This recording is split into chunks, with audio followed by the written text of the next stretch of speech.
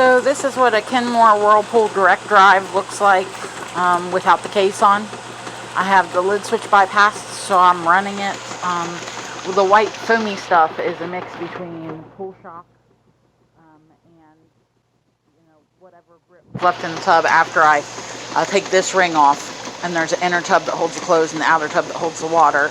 And I always test them like this first, because if there's any leaks, you can tell immediately. I had a lot of false warranty calls where somebody kept trying to scam me and tell me that something I sold them had leaks, and it was untrue. So I started testing them like this, and I will take a spotlight and I look underneath the water pump, I look underneath the main seal, I look at the rear drain hose back there and make sure that there's no leaks, and I actually let it sit with the Pool Shock for 12 to 24 hours, which will kill any bacteria that's left in it. But what I do is I remove this ring right here. I stick a long brush attached to a powerful drill, and I go in circles around, and I get all the animal hair and mold and bacteria and all that, and I clean it with a bleached on solution, and the bleach actually kills the bacteria. And then I test it like this, and as you can see under here the water pump, there's absolutely no leaks.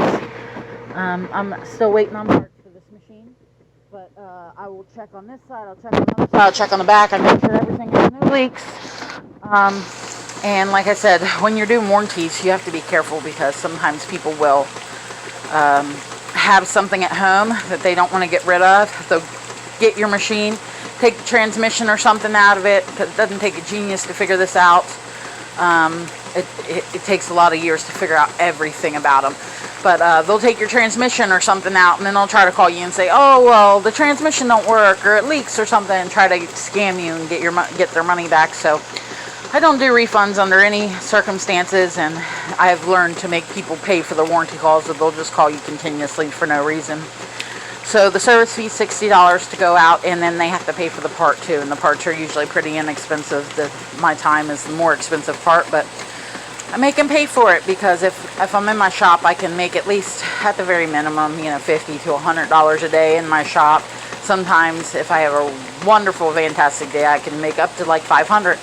But that's very few and far in between. But I just wanted to show you what it looks like and what you're going to be looking for.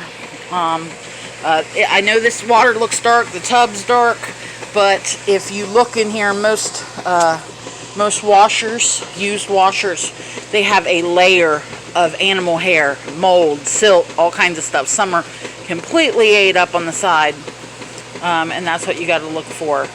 This is the difference in my appliances and anyone else's.